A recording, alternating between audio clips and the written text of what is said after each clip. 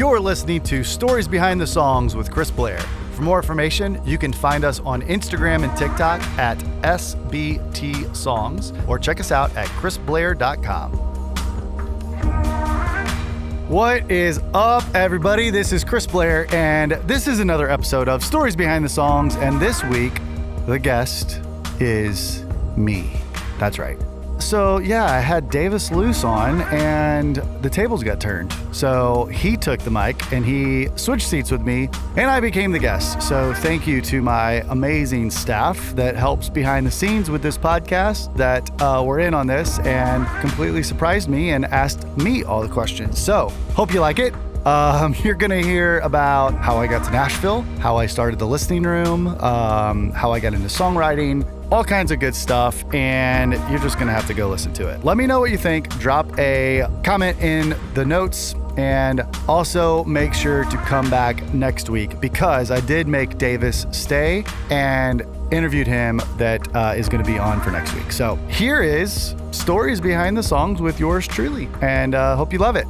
Also, big shout out as always to our sponsors, Sennheiser, Imperfect Esthetician, and All Clear In-Ears. Go give them a listen, and we appreciate all of the support. Here is me.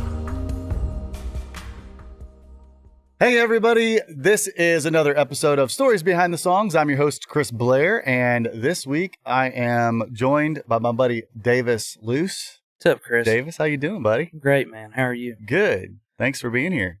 I'm going to turn the tables on you. Thanks for having me. What do you mean you're going to turn tables on me? I'm hosting today. You're not hosting. I invited you. No, but I brought some questions that I'd like to ask you. What are we doing here? Well, I'm going to host this episode, and you're going to switch spots with me, and I'm going to sit in that chair of yours. Is this really happening? This is really happening, and it's going to be great, and you just kind of got to go with it. There's a lot I want to find out about you. Well, we're here to find out about you, Chris, and everything that you do, and that's just the way it goes. So, come on over here. I don't like this. It's going to be great. This is what it's like to be Chris Blair. Savannah and Zach. You look good in that seat. You should just take over. It feels great. Yeah, you should take over. You don't want that. You don't want that. How are you, Chris? I don't know how I am right now. You look way too nervous for this. This couch is warm though. You warmed it up for me. I appreciate that. I did. There's a lot of airflow underneath that seat, so it's kind of like never mind. We won't say that.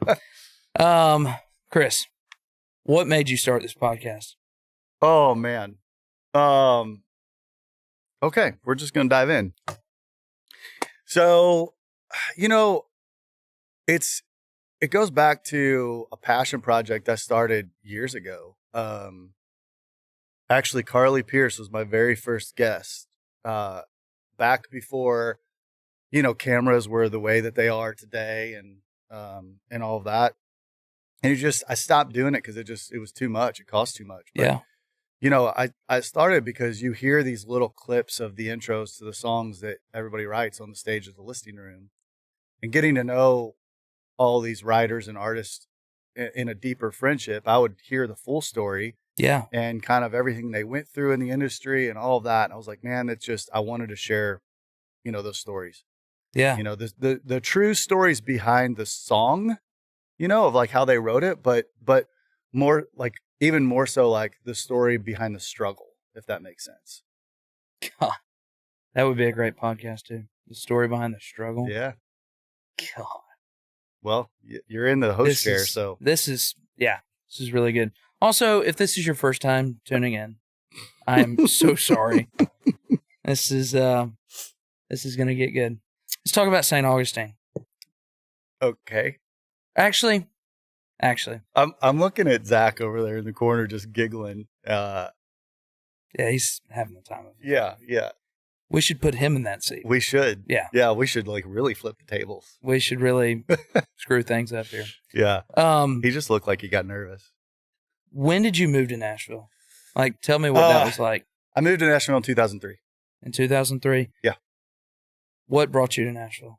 At the time, I was still pursuing the artist career. My family used to go on vacation to Dale Hollow Lake. Yeah. Which is a couple hours east of here. And we drove through Nashville, went to vacation in July. We're driving back home, drove through Nashville, got back to St. Louis. And, I'm old. This is when I still had an answer machine.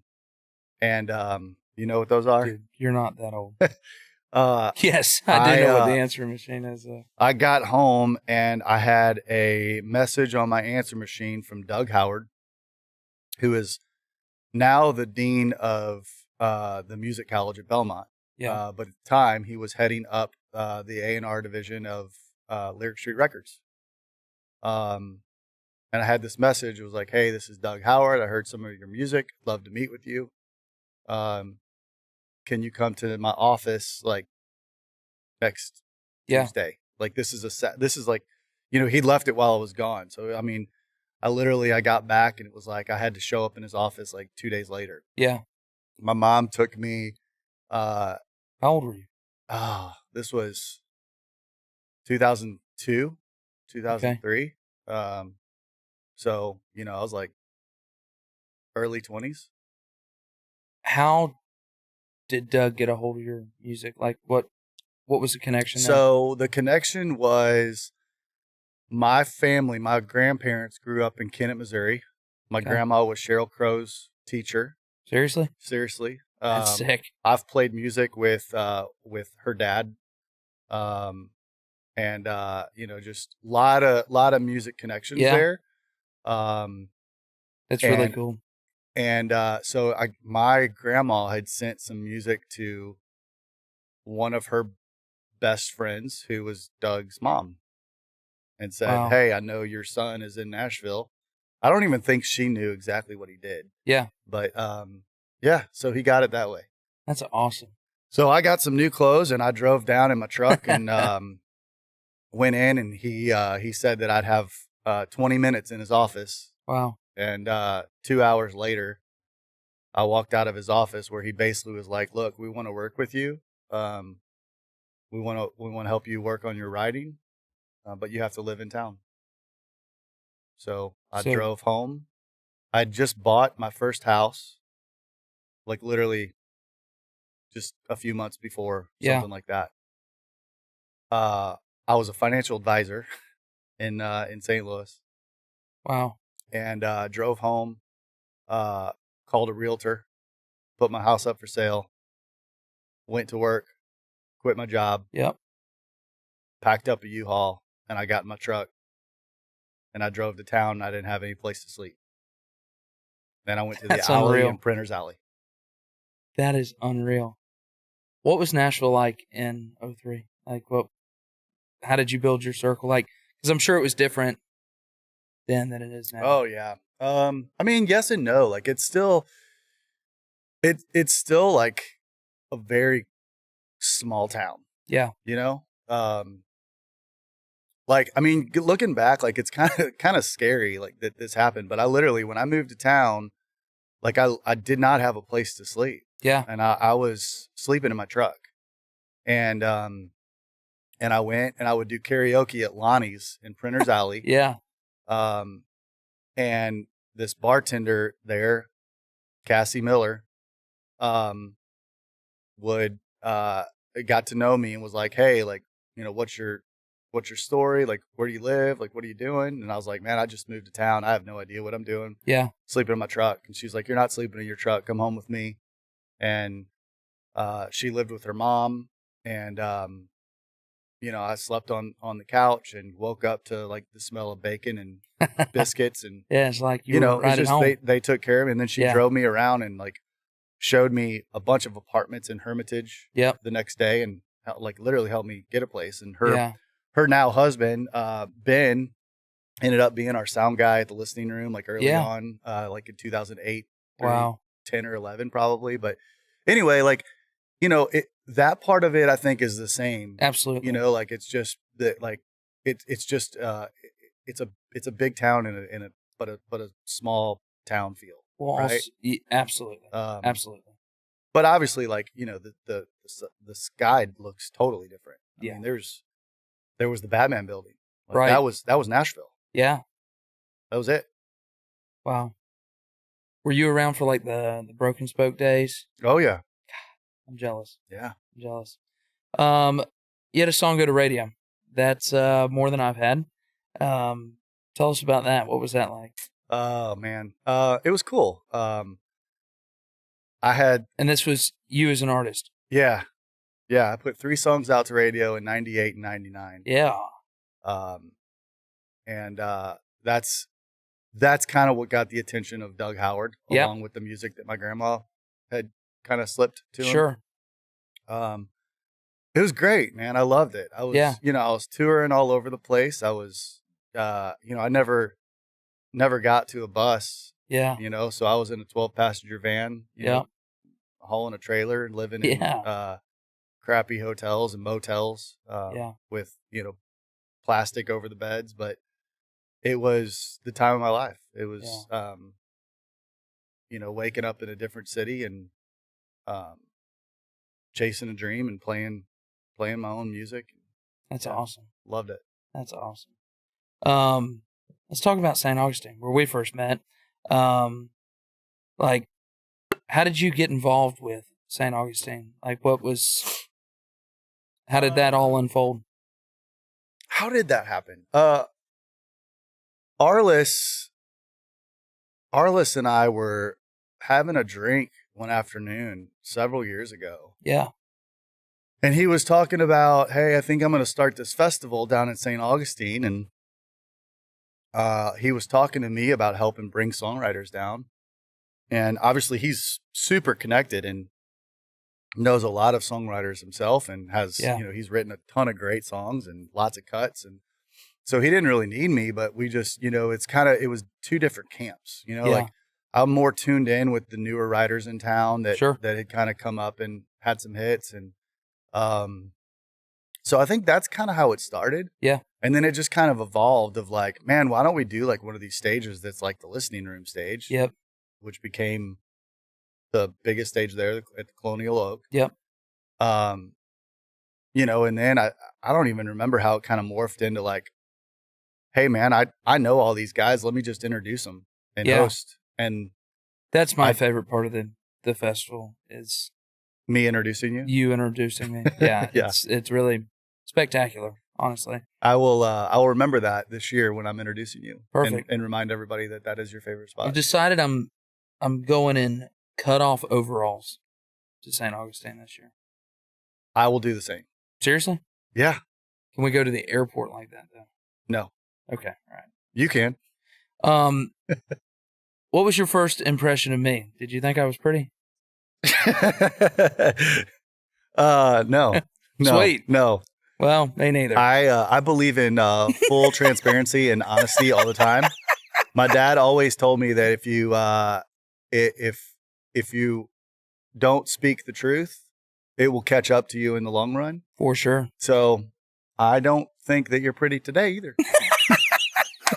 That's awesome. It was on my notes. It's just a note that they wrote down. Well, no, here's what I will say about you. I've been really looking forward to answering that question in specific. Yeah. But. I remember this is like honest to God truth. I remember getting the list of the people I was going to introduce in St. Augustine and go and honestly I was like, great, like there's some local guys, like I get it, we got to tie in the locals, whatever, but there's the locals that I've got to introduce. Mm-hmm. This is probably going to be a joke. And I was very happily surprised. Well, thank you. Yeah. Thank you. Moving along, enough about me. This is about you, Chris. I see what I've heard. You're trying to turn the tables back here. The listening room. Yeah. The coolest spot in town. My favorite venue. Really, really special. It's been around for 18 years. Coming up this weekend. Yeah. A big old birthday. Yeah. Come on. Congratulations. Thank you. What sparked like your dream in the listening room? What really like fired you up about it? Yeah. So going back to like when I first moved to town, and I was working with Doug Howard, um, and I was still playing, like, so I took my background with financial advisor. I had my Series 663 life and health license. I was selling mutual funds, all that. And I was like, all right, well, how do I pay my bills? I started waiting tables down on Broadway. And, I mean, you got to understand Nashville was totally different back then. Yeah. Like Absolutely. it was there, the tour, it wasn't the Right. it city. Right. So, I would go wait tables for lunch because I wanted to play music at night. Yeah. And I would pay $20 to park and I'd make $15 in tips. Until somebody that I worked with was like, yeah, just, those parking lots are owned by some big millionaires out in California that never, they never check. So I probably have about, I don't know, $8,000 worth of unpaid parking tickets out there somewhere. That's good. Yeah. Yeah, that's the I other sold reason that we truck. brought you here Yeah, today. yeah. Yeah. But I got a different job, working at a bank. So I would go and I would put a suit and tie on and work a bank every day and then leave that, drive straight to the alley of Tootsie's back when you could park in the alley. Yeah. And I played Tootsie's every Sunday, Monday, Tuesday, Wednesday, Thursday from 6 to 10. Wow. So I would literally go change clothes in my truck, walk on stage, play for 4 hours, drink way too much, and then go home and get up and go put a suit and tie on and go to work, the next day. So Right. I was doing that and I was getting really burnt out. Obviously, I was playing a lot of cover songs and just, it was a lot. And it got to a point where I kept getting promoted at the bank and I was making more money than I ever thought I'd make in my life. Yeah. As a banker. I was managing the largest branch in Nashville. I kept getting moved up and moved up and moved up. And, I finally got to a point where I was like, what am I doing? Like I didn't move here to be a banker. I moved here to do music. And, although I still loved, like when I'd walk out on that stage and the lights were on and I was putting on a show, I was a different person. Yeah. It was magical, but it was everything else that goes along with the industry that was just grinding. And at the same time, I would go, spend time listening to guys like D. Vincent Williams and, Dylan Dixon and, James Dean Hicks and, Paul Overstreet and, just these guys that would just jam. Jeffrey Steele, Craig Wiseman, and just what I would have given to come up in that class. I mean, it was just like they would just go out and play, Right. And I wrote my first song when I was 13. My cousin passed away, and it was terrible, but it was my first taste of like writing, and it was by myself. Yeah.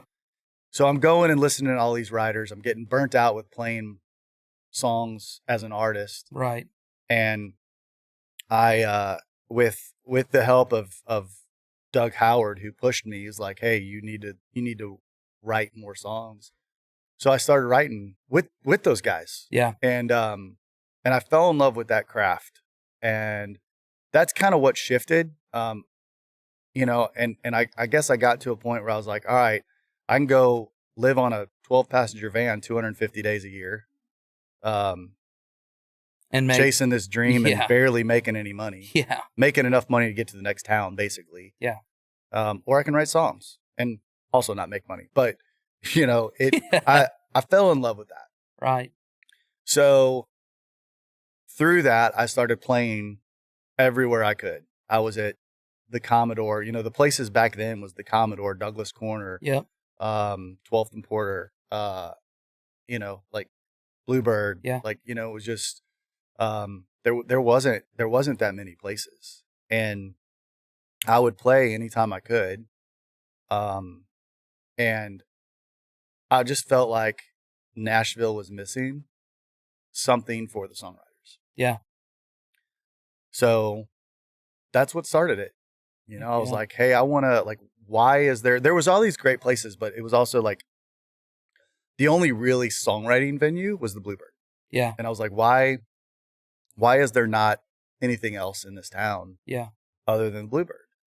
And it was almost like this conversation that would happen around town that was like, well, the Bluebird is so iconic and it's famous and, like, all that, which it is. And Right.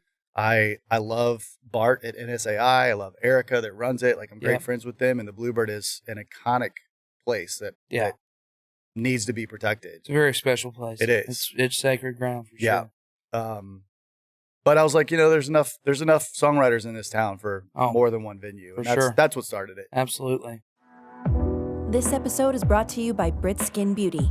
Located in the beautiful Indulgence Medi Spa in Mount Juliet, Tennessee, Brittany is the go-to esthetician for facials, dermaplaning, microdermabrasion, waxing, lashes, and any skincare products and consultations. So many people in the music industry use her frequently, and her work speaks for itself. To schedule your next consultation or make an appointment, visit britskinbeauty.com or send an email to britskinbeauty@gmail.com. Well, and it's really special what you've done here. It's like waiting tables here. We get people in from all over the world. Yeah. That come in here, and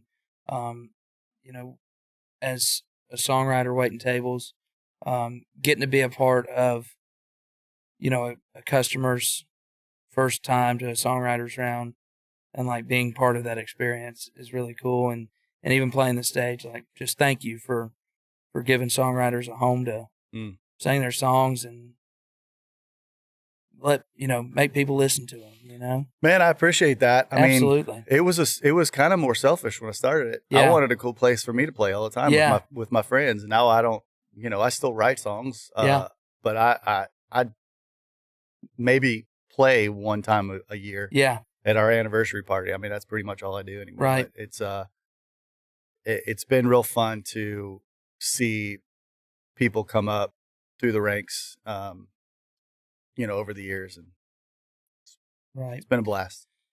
Tell us about Sound Good, Do Good. It's another really special thing that you've got cranking over here. Yeah. So the listening room started in 2006. There was another family that started it. I had a business plan to start my own thing. Mm-hmm. Were you guys in like a partnership together? Not at first. Gotcha.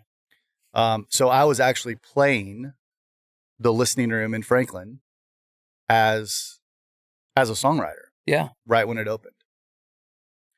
And I was just about to leave the bank and was looking for my own spot.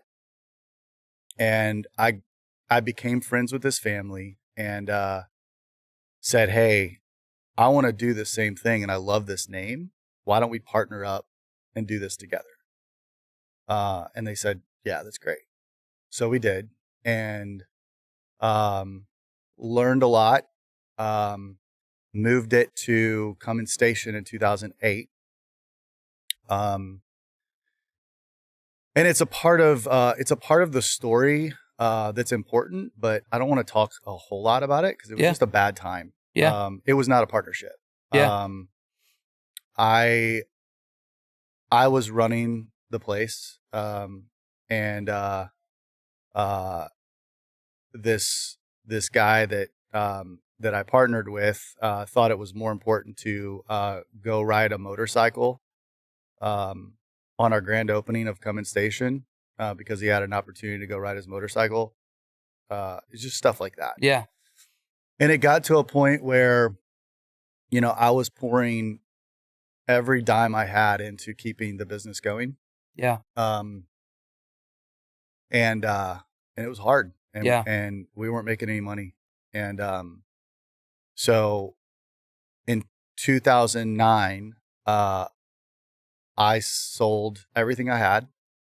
And actually lost my house because I had a choice to pay my mortgage or pay rent at the listing room. And I believed in this business so much that I was like, that's what I got to do.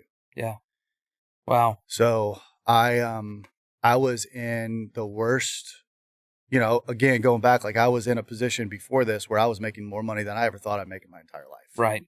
And then literally like within 12 months, I was in the worst financial position I'd ever been in my whole life. And right. I had nothing. Yeah. I slept on the concrete floor in Cummins Station. It was really hard. And there were two songwriters in particular, Brian White and Bridget Tatum. I love both of those. Dear friends. Yeah. And, I always put a smile on my face. I was the bartender, the cook, the sound engineer, the everything. And I always put a smile on my face. And everybody's like, hey, how you doing? It's like, that just automatic answer. Great. Yeah. Everything's great. Right. And those two songwriters in particular figured out one night, we were sitting out on the back deck of Cummins Station, like having a glass of wine or something. And they both kept saying like, hey, how's everything going? Great. No, really, how's everything going? Yeah. Great. They just kept asking until they peeled the layers off. And they figured out that I was about to lose the business, that I'd already lost everything else that I had. And they came to me and asked for a date that they wanted to put an event together. We did that all the time. So I didn't think anything about me. I was just like, yeah, sure. Here's a date, blah, blah, blah. And it was, they revealed to me that was the first annual TLR Appreciation Days. Huh. And they called in favors and had like the biggest hit songwriters. Yeah. Grammy award winning artists, like just people coming out of everywhere to play. And that date was about a week after the Nashville flood. Wow. So I was in Key West for the Songwriters Festival, watching the TV, seeing that it was raining in Nashville. We're sending pictures back home to all of our friends, like with us down in Key West, having a pina colada going, ha, ha, ha. And then, I'll never forget flying into town, coming back, flying over, Opry, seeing the Grand Ole Opry underwater. Yeah. And I was like, wow. So there was just something stirring inside of me, and I was like, okay, I can't take all of this money. Right. I need to give at least some of it back because that's the right thing to do. And that's the way that my mama raised me. Right. Yeah. So, but I needed it. I was about to lose everything. So I was like, all right, well, I'm just going to give a portion of the proceeds to Hands on Nashville, which was kind of like the quarterback to find out whoever needed it the most in town. So, invited them, and, then it gets to a point where, I threw my old band back together, and I was on stage and I was playing a song that I wrote called Why Don't You Fall? Yeah. That basically was like, when you're going through the hard times, let Jesus carry you. Yeah. And I'm singing this song and I'm like, man, what am I doing? Like, people have lost their houses, everything they have. And I was about to lose it, but I was like, this is a business and this is not the right thing to do. I stopped in the middle of the song and I just became very vulnerable. And I said, hey, listen, this is what's going on. And I don't know if we'll be able to continue, but I can't take $1 of this. Everything's got to go back to Nashville. Yeah. And dude, I didn't change anything after that. Like I still showed up, the next Monday, and I was still the bartender and the cook and the dishwasher and the janitor and everything. But all of a sudden that was the trajectory of like people just started showing up. Yeah. And wow. So I made a pact with myself at that moment that said, at least once a month, I'm going to give back and team up with a nonprofit. And that was the birth of Sound Good, Do Good. Wow. And we've done it every single month since that year. Yeah. In 2010. And I mean, just the last one that we did was a couple weeks ago. We had It's huge. Hardy, Ernest, and Red Akins on this stage, and we raised $66,000 for Leukemia Foundation. It's unreal. Yeah. It's unreal. Wow. That's so cool. Yeah. You're the man. Oh, no, I'm not. You are the man. I didn't, it's, thank you. But I mean, that's where like, that's where you're wrong. Cause it's like, I just made that decision. And again, I didn't do anything different. I'm not that smart. I just, it just, it's the team around me and this community that built the listening room. Absolutely. Absolutely. Man. What else is going on? Tell me about Emerge. Talk to me. Oh man. This is fun. This is different. Emerge Nashville. I don't think I've ever heard of Emerge. I'm excited. I don't think so. So yeah, I started Emerge Nashville several years ago. Yeah. It's a artist development and management company. Come on. So I've managed 3 different artists. My main artist is AJ Cross. Yeah, love AJ. So yeah, I mean we do artist development even with like people who want lessons on how to write songs. Yeah. Vocal coaching. Yeah. Piano and guitar lessons through my buddy Paul Lyman that works with us. And then, I just, help manage, and we're That's working awesome. with AJ right now, and That's some awesome. really exciting things happening. He's crushing. Yeah. He's crushing. Just one of the best voices to ever come He through is this so town. good, man. He's so daggum good. Yeah. So good. Well, this wouldn't be the podcast without hearing you play something. Man. I just got done telling you I don't play much anymore. I mean, I guess you don't have to, but I mean, it would be cool. There's a guitar right there. I'm gonna kill y'all. I really am gonna kill y'all. My hands are getting sweaty. I don't get nervous. I'm now getting nervous. It's also early. Also, and I didn't know this was coming. Hey, listen. Man. Glad they didn't ask me to sing. Well, I hope that you carved out enough time in your day, because this is going to happen. I'm going to interview you. So we're going to have you come back and get in this seat, and we're going to keep this going. 10-4. And we'll just have a part 2 that we're going to play the week after this one. But, let's do it. Man, what do I play? I guess. What's your favorite song you've ever written? Oh man, I asked that question to a lot of guests, and they all, give the answer. It's like trying to name your favorite child. Yeah, they're all different. Which one is it? Which one's my favorite child? Yeah. I love them all. I'm just kidding. For different reasons. I'm just kidding. Yeah, I guess this one. Are you tuned regular? Half step. Half step down? Yeah. That probably will help, since I don't do this much. And my voice is still probably going to crack because this song gets kind of high. But I'll try to remember this one. This is, the song that I told you, Why Don't You Fall? Yeah. I think that's just the one that comes to mind since we were just talking about it. But yeah, this is the song that I was playing in the middle of a sold out show in Cummins Station, when it just like hit me that I had to do something different, and I had to give everything back. So I will just do a little bit of this and see if I can make it through it.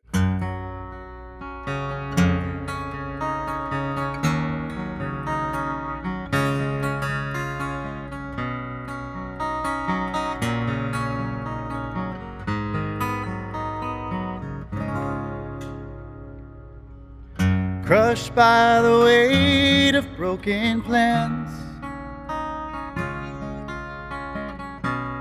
crawling through this desert land.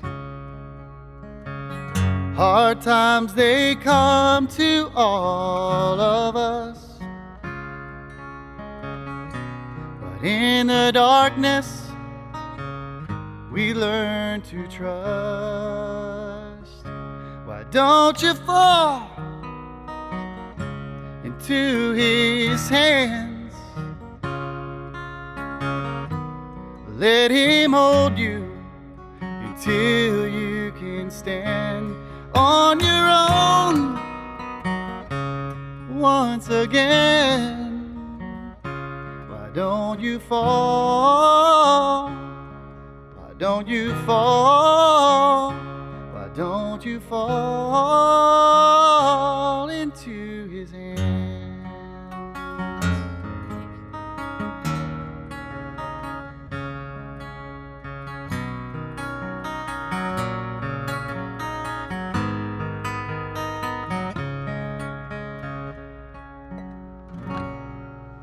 There's a little bit of it. That's Chris Blair, you guys. Come on. Man, I'm fired up. Man. Well, Chris, thanks for having me. Yeah. You know, Yeah. and I'm glad I could have you on the podcast today. I'm glad you could have me. You know, this is really special for me. I love you. I really look up to you, and I just appreciate everything you do. And man, this has been so cool. Yeah, and I'm looking forward to this weekend. Big old birthday party for the listener. Heck yeah, man. 18 years. Let's go. 18 Yeah. years. Let's go, It's baby. going to be a big old party. Yeah. I got friends coming down from St. Louis, and Let's go. yeah. Heck It'll yeah. be fun. So, yeah. Come on. You coming down here Wednesday night? Yeah. Yeah. That's tomorrow, right? Yeah. Yeah. Yeah. It's going to be good. Okay. All right. Well, let's. Do I need to say anything to tie this together? You don't know what you're doing, do you? Dude, I pretty much just crushed this. Yeah. Listen, do you want me to ask you the last question that they wrote on this sheet? Well, I don't know what the last question is. Do you want to go to Whiskey Jam later?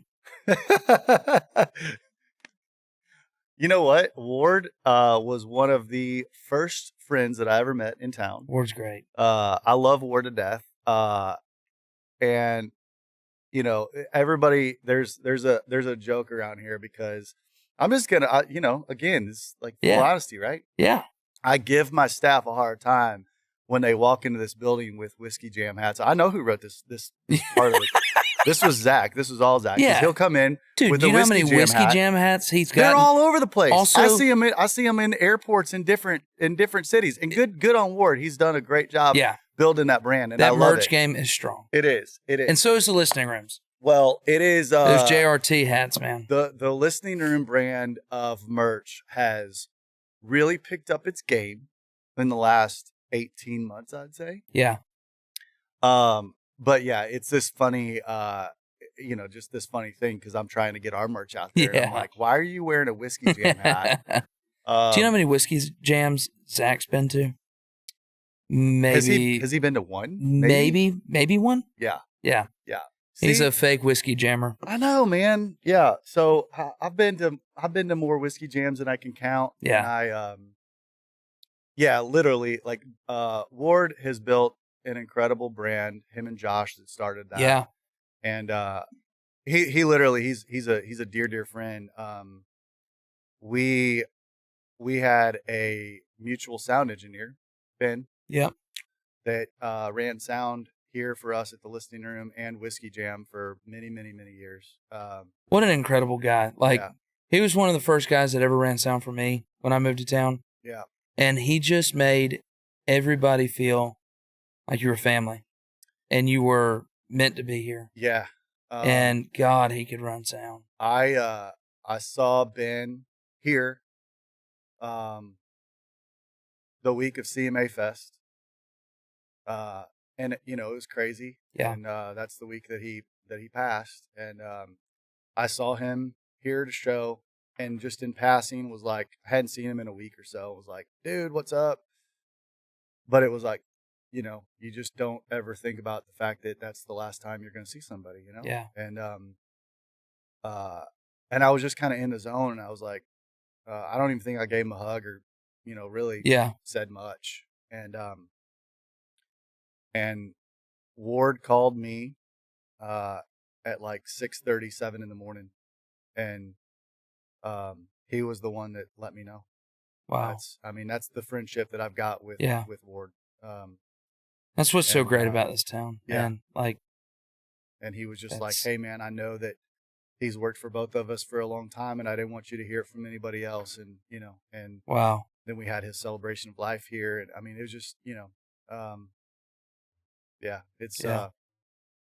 and when Ward got the call that he was basically getting like a week's notice that they weren't going to be able to keep Whiskey Jam at Winters, he called me and was like, dude. And, luckily they got a real good home down at Whiskey Row on Broadway, and they're doing great.